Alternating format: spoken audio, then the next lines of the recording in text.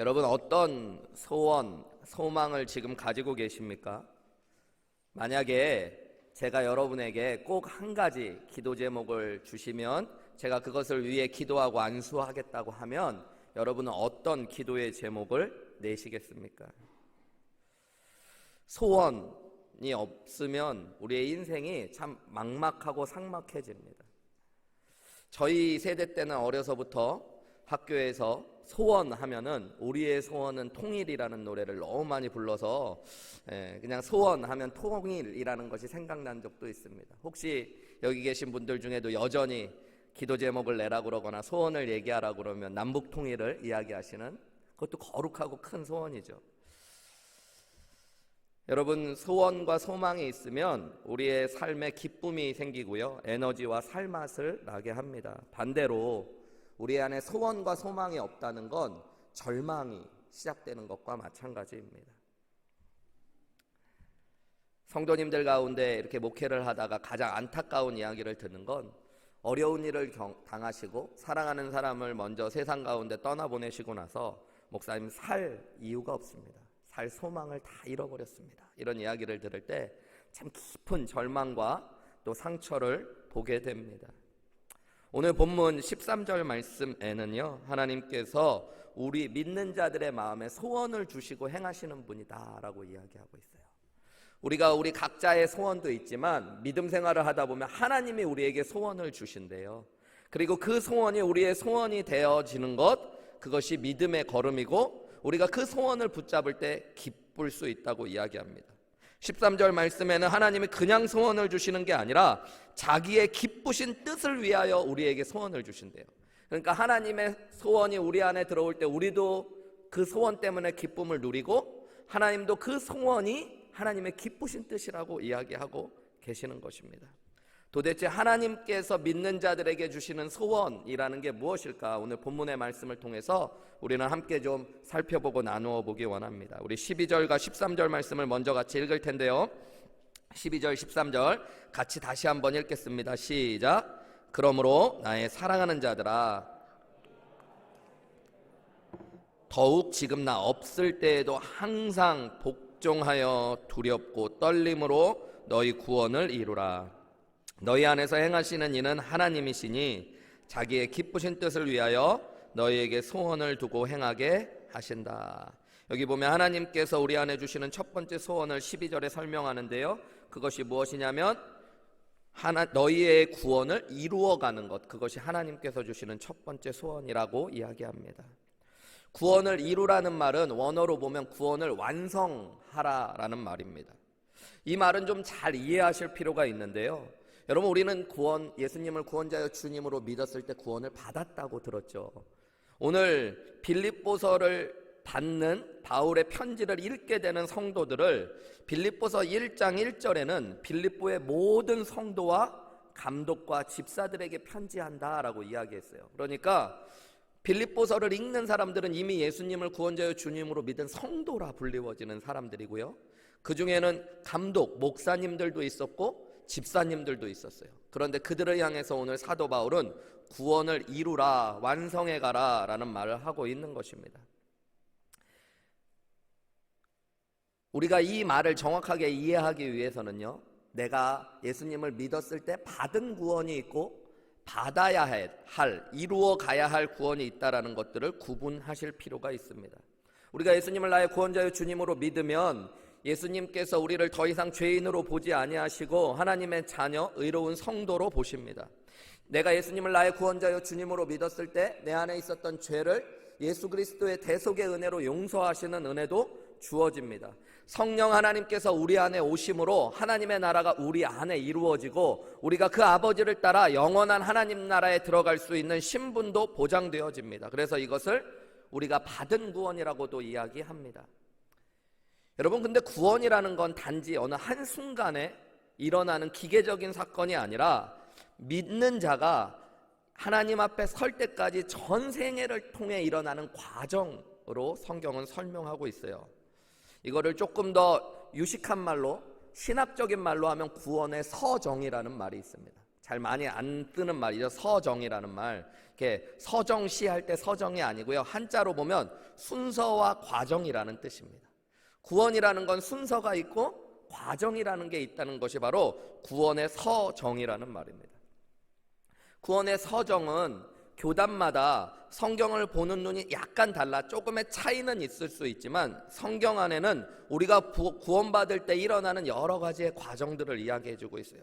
첫 번째는 소명이라는 게 있습니다. 이 부르심이라는 거예요. 부르심.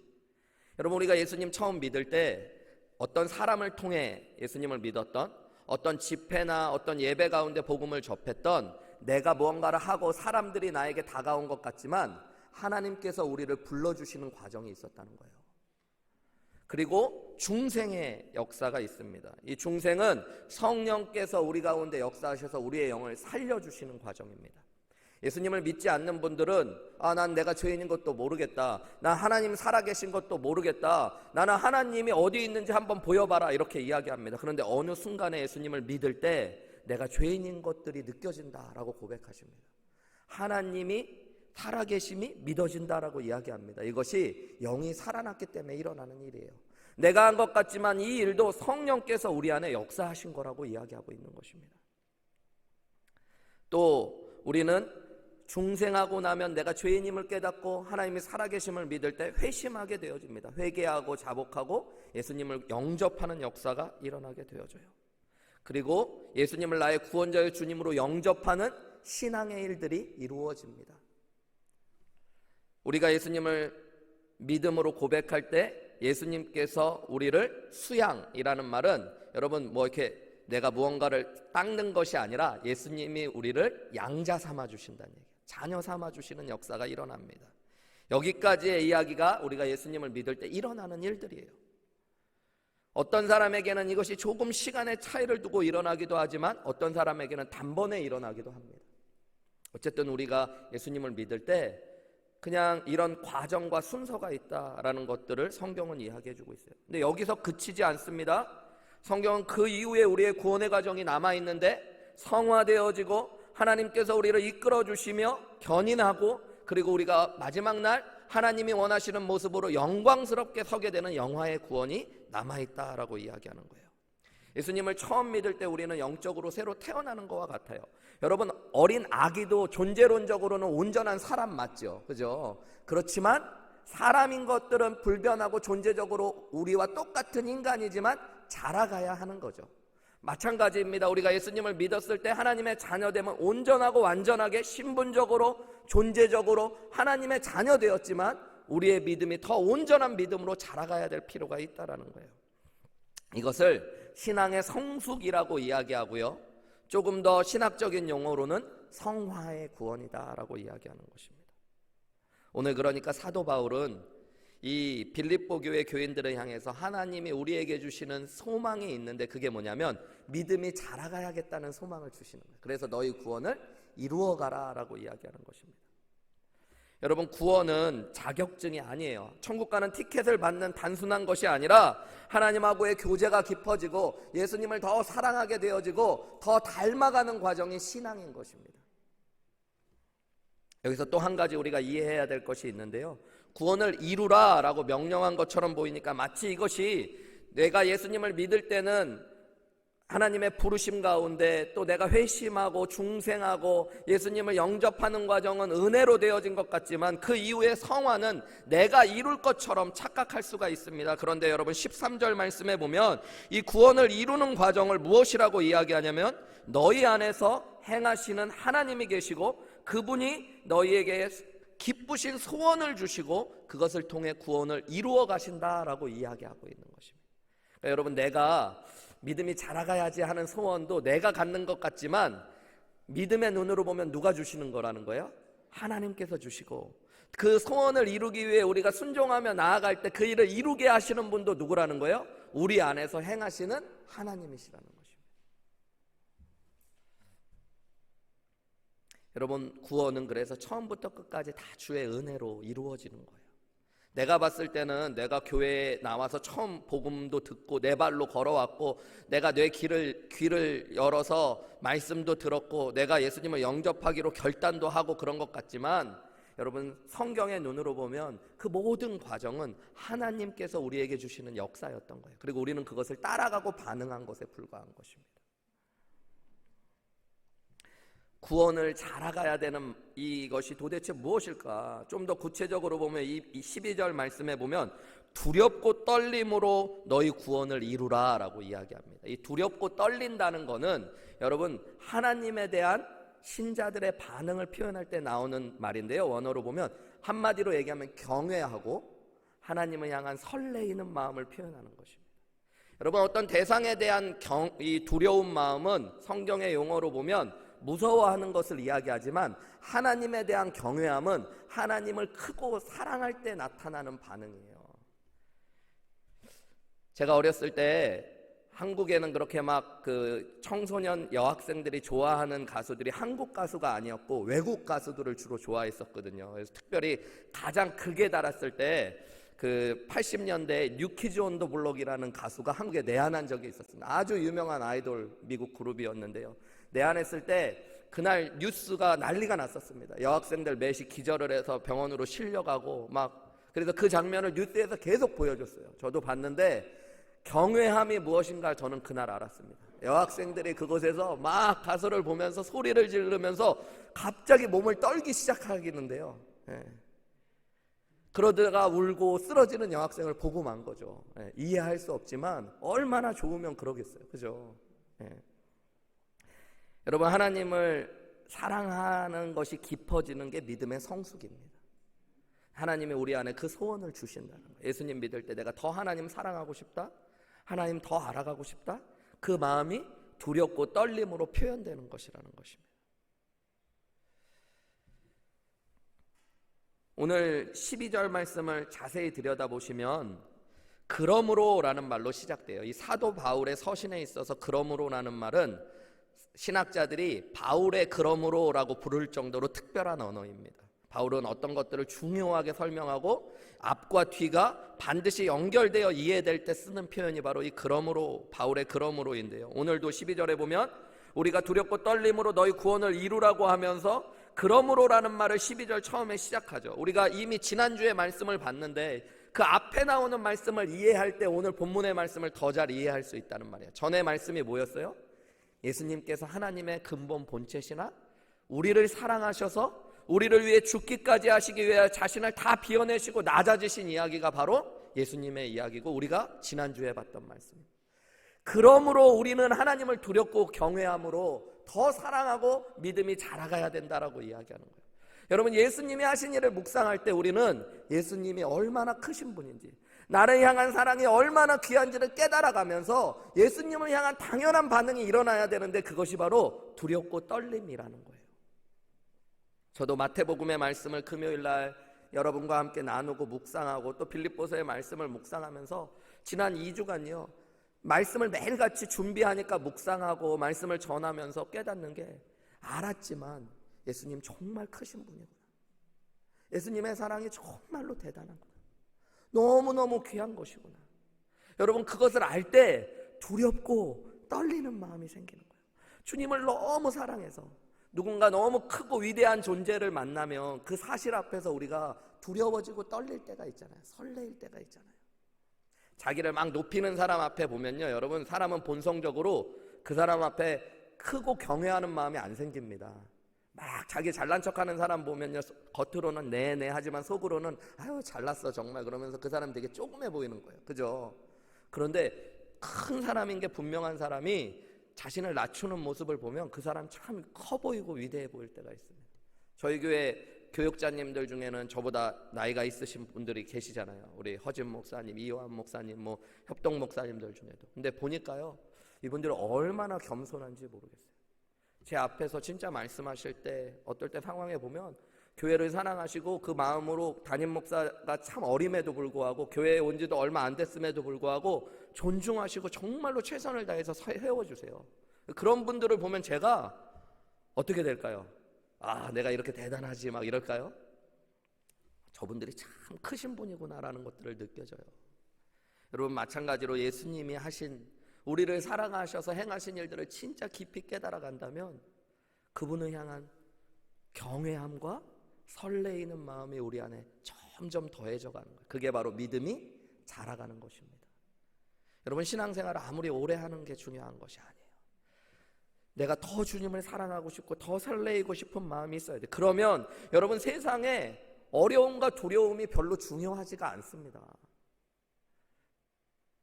제가 아내가 언제 제일 설레이고 경외했을까 이렇게 묵상을 해보니까, 처음 아내와 이렇게 교제하려고 할 때 두렵고 떨리는 마음으로 아내에게 교제를 신청하고 아내가 저와 교제해 주기로 결심해 줬을 때를 딱 돌아보니까요, 세상 두려울 거 없고 세상 무서울 거 없더라고요. 너무 그게 크고 귀해서 아내를 만날 시간이 다가오면 그때까지 무슨 일을 있어도 빨리 하고 싶은 마음이 생기고요, 좀 어려운 일이 있어도 다 괜찮고요, 넘어갈 수 있고요. 그 마음의 사랑이 우리 안에 가득한 것, 여러분, 주님을 향한 마음이 여러분에게 그러신가 돌아보셔야 돼요. 좀 더 구체적으로 질문해 볼까요? 여러분, 예배할 때 설레이는 마음이 있으십니까? 찬양할 때, 말씀을 들을 때, 여러분, 성전에 들어올 때 예수 그리스도 때문에 더 경외하고 더 설레이는 마음이 있으십니까? 여러분, 예수님이 우리 안에 주시는 소원이에요. 이게. 주님이 그렇게 우리와 교제하기 원하세요. 주님이 원하시는 건 우리가 막 헌신 많이 하고 많은 사람들 전도하고 어마어마한 주님 앞에 내 전부를 드리는 거 다 중요하지만, 주님은 그보다 먼저 우리가 주님을 더 경외하고 더 설레이고 더 사랑하기 원하십니다. 우리 안에 주님이 주신 이 두렵고 떨림으로 주님을 구원을 이루어가게 하시는 소원이 오늘 저와 여러분 가운데 회복되시고 또 가득 차시기를 주님의 이름으로 축복합니다. 여러분, 이 구원은요, 우리가 두렵고 떨리는 마음이 오면 12절 말씀을 조금 더 자세히 보시면 항상 복종하여 두렵고 떨림으로 너희 구원을 이루래요. 우리 주님의 말씀에 순종함으로 믿음으로 걸어가는 게 믿음의 순종인데, 이거는 순서적으로 보면 주님이 하신 일을 보면서 우리가 주님을 경외하고 설레이는 마음으로 사랑하게 됨으로 복종하게 되는 거예요. 그냥 천국 가야 되니까, 내가 교회 다니니까 억지로 말씀에 순종하는 게 아니라 주님의 사랑 앞에서 내가 경외함과 떨림으로 항상 복종하는 것들. 사도 바울은 나 있을 때나 나 없을 때에도 항상 복종하래요. 목회자가 있든 없든, 사람이 보든 안 보든 주님을 사랑하는 마음으로 말씀을 따라 살아가는 것, 그것이 믿음이 자라가는 것이고, 저와 여러분이 주님을 사랑하고 신뢰함으로 우리의 믿음이 자라가는 그 주님의 소원 가운데 거하시기를 다시 한번 주님의 이름으로 축복합니다. 두 번째로 주님이 우리에게 주시는 믿음의 소망, 소원은 무엇이냐면 삶을 통해 세상 가운데 그리스도를 나타내고 싶어하는 소망입니다. 우리 14절 15절 말씀을 제가 읽어보겠습니다. 모든 일을 원망과 시비가 없이 하라. 이는 너희가 흠이 없고 순전하여 어그러지고 거스르는 세대 가운데서 하나님의 흠 없는 자녀로 세상에서 그들 가운데 빛들로 나타내며 라고 이야기합니다. 오늘 본문의 말씀은 세상은 거스러지고 어그러진 시대래요. 누가 보기에 하나님의 말씀의 기준에 비추어 볼 때, 하나님의 기준에 볼 때 세상은 어그러지고 거스르는 세대입니다. 그런데 하나님은 그런 어둡고 어그러지고 거스르는 세대 가운데 하나님의 자녀들이 빛들로 나타나기를 원하신다. 그것이 하나님의 소원이고 하나님이 그 소원을 우리 안에 두고 행하신다라고 말씀하고 있는 것입니다. 여러분, 세상을 보세요. 하나님의 말씀과 얼마나 어그러져 있는지. 요즘에는 어떤 공공장소, 공항 같은 데도요, 보면 화장실에 표시가 달라지는 곳들이 많다고 합니다. 남자, 여자, 예전엔 그렇게만 있었는데 요즘에는 반은 치마가 그려져 있고 반은 없는 그림들도 있다고 해요. 우리 아이들이 이렇게 세상을 살아가면서 아이들과 가끔 대화를 해보면 세상은 정말로 학교에서 가르쳐준다고 하는 선생님들의 가르침이 성경의 가르침과 어긋나 있는 것도 얼마나 많은지 모릅니다. 비정상이 여러분 그런 세상에선 정상처럼 느껴지는 거예요. 그죠? 동성연애, 동성결혼도 괜찮아, 그것도 정상이야 라고 이야기합니다. 사람에게 피해를 끼치지 않는다면 마약을 하는 것도 괜찮아 라고 이야기하죠. 한국에 있을 때 제가 이제 미용실을 몇 번 이렇게 가보면요, 미용실은 여자분들이 계시니까 여자분들이 보는 잡지가 이렇게 있을 때가 있잖아요. 그래서 제가 시간이 남아서 기다리면서 잡지를 이렇게 훑어봤던 기억이 있는데, 거기에 기사 제목이 이런 거더라고요. 남자친구 하나, 여자친구 하나쯤 없는 유부남 유부녀는 바보. 이런 제목이 기억나는 것 같아요. 그 당시 꽤 옛날인데 20년 전인데도 불구하고 그런 제목이 붙어져 있는 거예요. 제가 그때도 목회자였으니까 그 제목을 보고 한참 동안 멍했던 기억이 납니다. 도대체 어떻게 이런 말을 세상에서는 이렇게 아무렇지도 않게 얘기할 수 있을까? 하나님의 말씀, 성경의 가치와 어그러지고 거스러지는 것이 오늘날의 세상입니다. 그런데 하나님은 하나님의 자녀들을 구원하셔서 단지 우리만 천국 가고 하나님 더 사랑하고, 그것도 좋지만 그것에만 그치는 것이 아니라 이 땅 가운데 하나님의 빛들로 하나님의 영광을 드러내는 사람들로 살아가기를 원하시는 것이 하나님의 소원이시고, 그 소원을 우리에게 주신다라고 말씀하시는 거예요. 여러분, 오늘날 교회를 사람들이 욕하기도 하고 비판하는 모습을 보면 참 가슴 아플 때가 있는데요. 물론 때로는 그것이 어긋나 있고 왜곡된 시각으로 교회를 보기 때문에 그런 것도 있습니다. 그럼에도 불구하고 우리가 우리 자신을 정직하게 돌아보면 세상과 교회가 다르지 않다라고 세상 사람들은 이야기하고 있는 거예요. 여러분, 때로는 어떤 경우에는 교회가 세상보다 더하다는 말들도 듣습니다. 믿는 사람들이 안 믿는 사람보다 더하다는 이야기들. 우스갯소리로 이야기하지만 한국에서 그런 이야기가 있었대잖아요. 어떤 사람이 지하철 안에서 젊은이 둘이 막 싸우니까 나이가 지긋하신 어른이 이보게 여기가 교회인 줄 아나, 자꾸 여기서 이렇게 싸우면 어떡하나, 이렇게 이야기했대잖아요. 여러분, 그것이 우리의 모습이라면 얼마나 안타까운 일입니까? 하나님은 오늘 우리가 거스러지고 어그러진 시대 가운데 하나님의 흠없는 자녀로 세상에서 빛들로 나타나는 소망을 주셨다는 것입니다. 여러분, 내가 달라져야 한다는 소망이 있어야 돼요.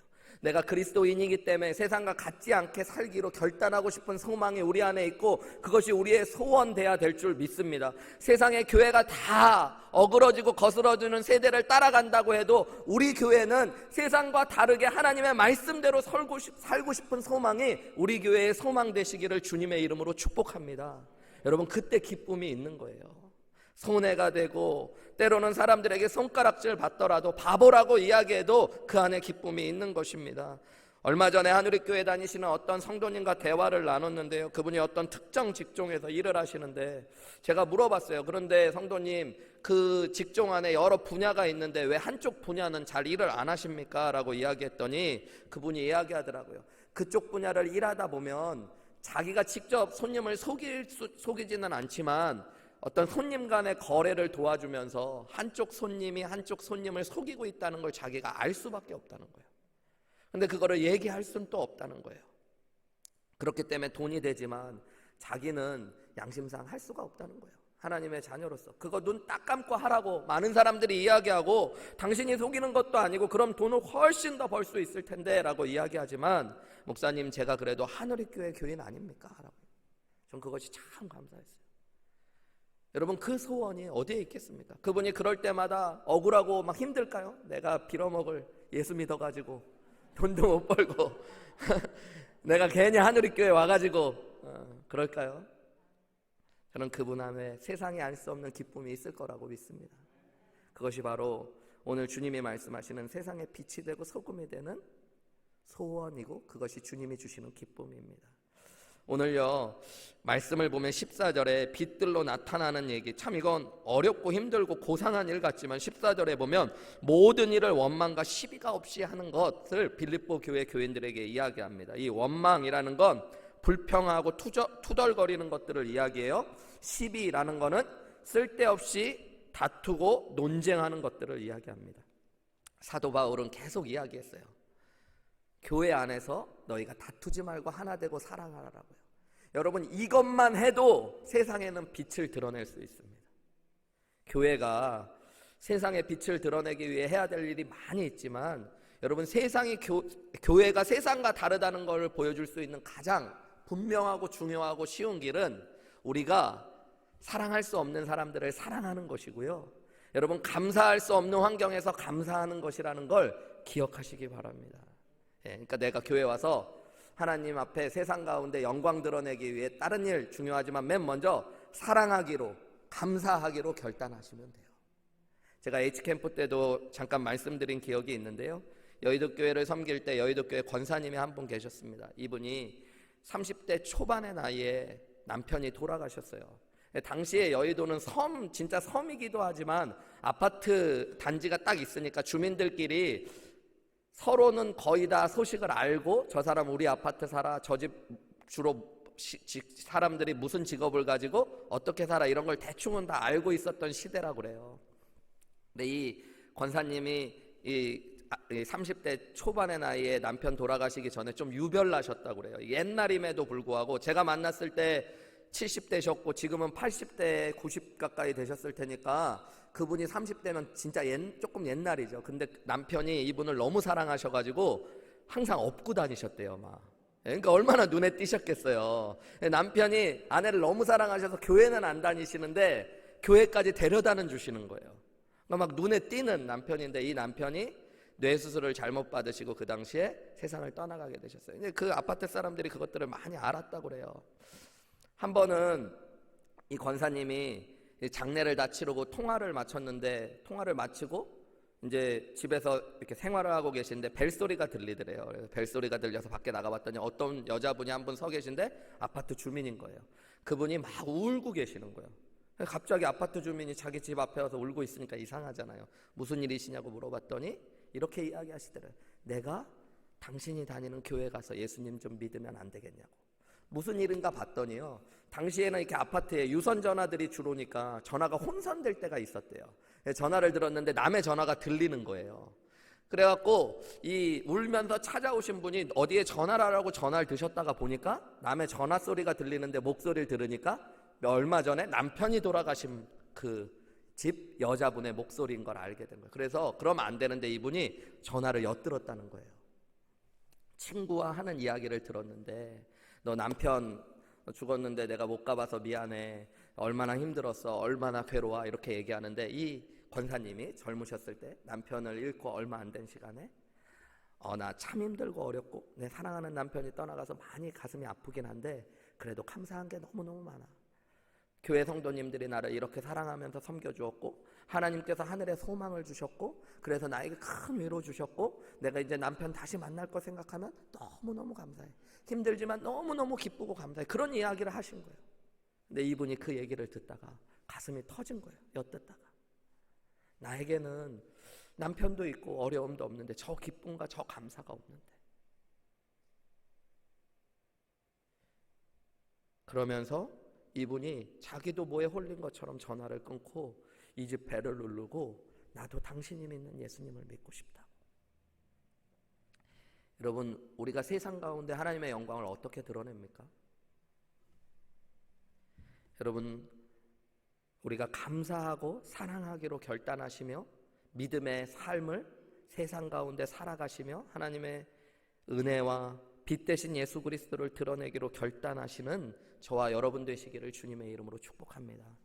여러분이 달라스도 좀 바뀌어가잖아요. 저는 뭐 바뀐 상태에서 왔지만 여러분이 한 20년 사셨던 분들은 진짜 바뀌었다고 얘기하시더라고요. 한인들도 많아지고, 그죠? 한인 커뮤니티도 점점 커지고 하늘의 교회 교인들 다르게 사셔야 돼요, 여러분. 교회에서만이 아니라 여러분 특별히 한국 분들이 하시는 식당, 어떤 사업장 가셔서 뭐 하실 때 여러분 다른 모습을 보여주십시오. 교회에서는 막 뭐 아주 사랑이 많고 겸손하신 집사님인데 식당만 가면 싸우셔. 우리 교회 얘기하는 거 아닙니다. 예를 드는 겁니다. 완전 달라. 이 사람은 어디 가나 싸워. 근데 여러분 어떤 분이 교회에 한번 나가고 싶은 마음이 와갖고 그 식당 주인이 우리 교회를 한번 찾아왔다고 생각해 보세요. 근데 우리 교회 참 좋은 것 같아, 사랑이 많은 것 같아. 근데 자기한테 와서 막 집사님 사랑합니다 하는 분을 딱 봤더니 이분은 기억 못하는데 식당 주인은 딱 알아봤는데 맨날 와가지고 자기한테 컴플레인하고 저 사람 다시는 안 왔으면 좋겠다는 사람이 우리 교회에 와 있어요. 하나님의 영광이 빛 가운데 드러나겠죠, 여러분. 여러분, 우리가 하나님의 영광을 드러내는 소원들 너무 거창하고 대단한 데서부터 시작할 것이 아니라 여러분, 우리가 감사와 사랑으로 믿음 있는 사람다운 삶을 이 땅 가운데 살아가기로 결단하시면 됩니다. 좀 손해봐도 괜찮아. 전에 한번 제가 아이들과 투고에서 음식을 한번 가지러 갔다 왔는데요, 아내도 힘들어하는 것 같고 그럴 때는 제가 오늘 뭐 시켜 먹자, 달라스 온 축복이잖아요. 그래갖고 투고를 딱 해서 음식을 사왔는데, 음식 4명이 먹을 걸 사와가지고 저는 다 싸주셨죠? 하고 네 하고선 가지고 왔는데, 딱 봤더니 제일 중요한 음식을 안 넣어주셨더라고요. 근데 그때 마침 막 전화가 오더라고요, 식당에서. 그러면서 죄송해요, 뭐 안 갔죠? 이렇게 얘기하시는 거예요. 네, 안 왔습니다. 근데 저도 화나죠. 갔다가 왔다 막 20분 걸렸는데 이거 어떡하나 그랬더니, 자기가 우리 집까지 오겠다는 거예요. 식당 주인이. 그래도 너무 미안해 하면서 집 주소 알려달래요.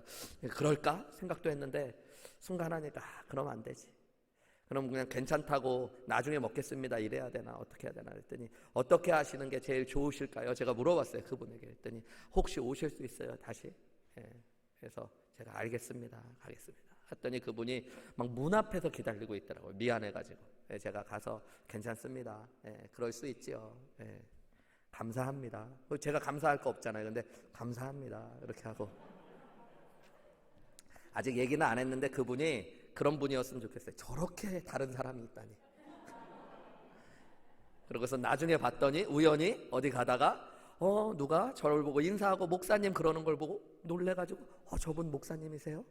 저분 어느 교회 목사님이세요? 하늘교회 목사님이세요? 저분은 다르구나. 여러분, 그런 일들이 있을 때 우리가 하나님의 영광을 드러내는 것입니다. 여러분, 그 소망이 우리 안에 있기를 주님의 이름으로 축복합니다. 내가 하나님을 삶으로 영광 돌리고 싶은 것들, 그래서 우리 가정은 달라야 된다는 것들, 우리 교회는 달라야 된다는 것들을 고백하실 수 있었으면 좋겠습니다. 감사하며 하나됨을 이루면 교회가 세상에 빛 대신 예수 그리스도를 드러낼 수 있는 거예요. 여러분, 우리 싸우지만 맙시다. 진짜 싸울 거면 여러분 아무것도 안 하셔도 돼요. 목장에서 싸울 거면 여러분 목장도 좀 멈추셔도 됩니다. 그러니까 목장 멈추려고 싸우시면 안 되고요. 그런 게 아니라 여러분, 우리가 더 귀한 것들 하나님 앞에 사랑하기 위해 모여 있는 거잖아요. 그죠? 마지막 세 번째로 하나님께서 믿는 그리스도인들을 향해서 주시는 소원, 소망 무엇일까요? 그것은 그리스도의 나를 향한 소망입니다. 우리 17절 18절 말씀 함께 16절부터 18절 말씀 우리 함께 읽겠습니다. 시작. 생명의 말씀을 밝혀 나의 다름질이 수고도 헛되지 아니하므로 그리스도의 날에 내가 자랑할 것이 있게 하려 함이라. 만일 너희 믿음의 재물과 섬김 위에 내가 나를 전제로 드릴지라도 나는 기뻐하고 너희 무리와 함께 기뻐하리니 이와 같이 너희도 기뻐하고 나와 함께 기뻐하라. 여기 사도 바울은 자신 안에 주신 하나님의 소망을 이야기하고 있는데, 그게 무엇이냐면요, 그리스도의 날에 내가 자랑할 것이 있게 하는 소망이 자기 안에 있대요. 여러분, 이것이 예수 믿는 자들에게 주시는 하나님의 소망입니다. 여러분, 마지막 날을 향한 소망, 그것은 믿음의 가장 완성 단계에 있는 일들이에요. 성경은 예수님이 다시 오실 것을 분명히 약속하십니다. 그날의 구원이 완성될 것입니다. 누군가에게는 영원한 심판의 날이 되겠지만 믿는 자들에게는 구원의 완성과 하나님의 상급을 받는 축복의 날이 되어질 것입니다. 여러분, 주님 오실 날이 있다는 걸 믿으십니까? 주님 앞에 서게 되실 것들을 생각하며 살고 계십니까? 개인의 종말인 죽음을 맞이하던, 우리가 죽기 전에 우주적 종말 가운데 하나님 예수님을 맞이하던 우리는 누구든지 예수님 앞에 서게 될 것입니다. 그 날에 사도 바울은 자랑할 것이 있는 것이 자신의 소원이고 소망이다 라고 이야기해요. 바울의 소원과 소망이 무엇입니까? 너희 믿음의 재물 위에 내가 섬기는 일이라고 17절에 이야기하고 있어요. 여러분, 데살로니가전서 2장 19절에서 20절에 보면 사도 바울은 이렇게 이야기합니다.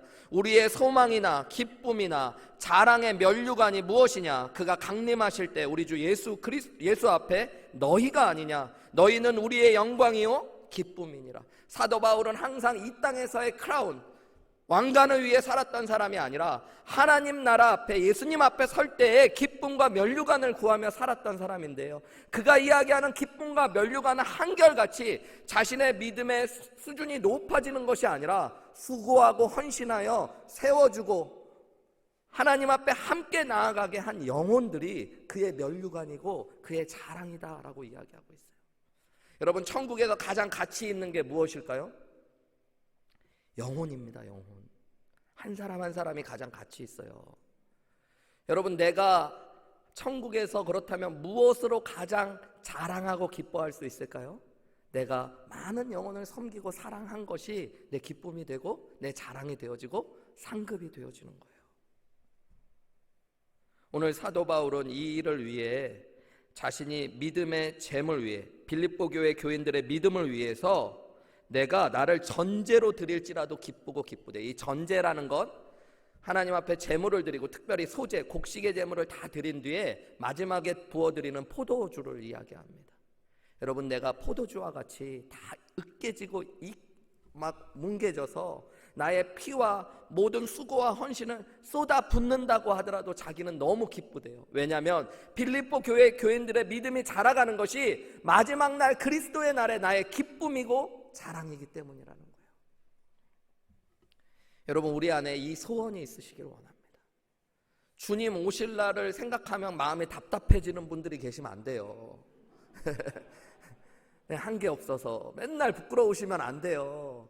오늘부터라도 여러분, 소망을 찾기 위해 하늘의 상급과 면류관을 쌓으시기를 주님의 이름으로 축복합니다. 영혼을 구원하는 일 가운데 영혼인들이 믿음으로 세워지는데 여러분, 쓰임 받으셔야 돼요. 여러분, 그래서 제자 삼고 제자 되는 교회는 하나님 앞에 자랑할 것이 있는 교회가 되는 거예요. 우리가 그거 자랑하는 거예요. 하나님 나라 가서 뭐 자랑하겠어요? 우리가 하나님 교회, 조그만 교회에서 시작해서 학고방 같은 데서 시작했는데 교회 결국에는 이렇게 큰 교회로, 그 다음엔 나중에 이렇게 텅 큰 교회, 주차장도 수천 개씩 되는 교회로 하나님 앞에 헌신했습니다. 여러분, 그건 아무 가치가 없어요. 성경을 보면 여러분, 교회를 책망하시거나 칭찬하실 때, 믿음의 사람들을 책망하거나 칭찬할 때 양에 대한 이야기는 별로 없습니다.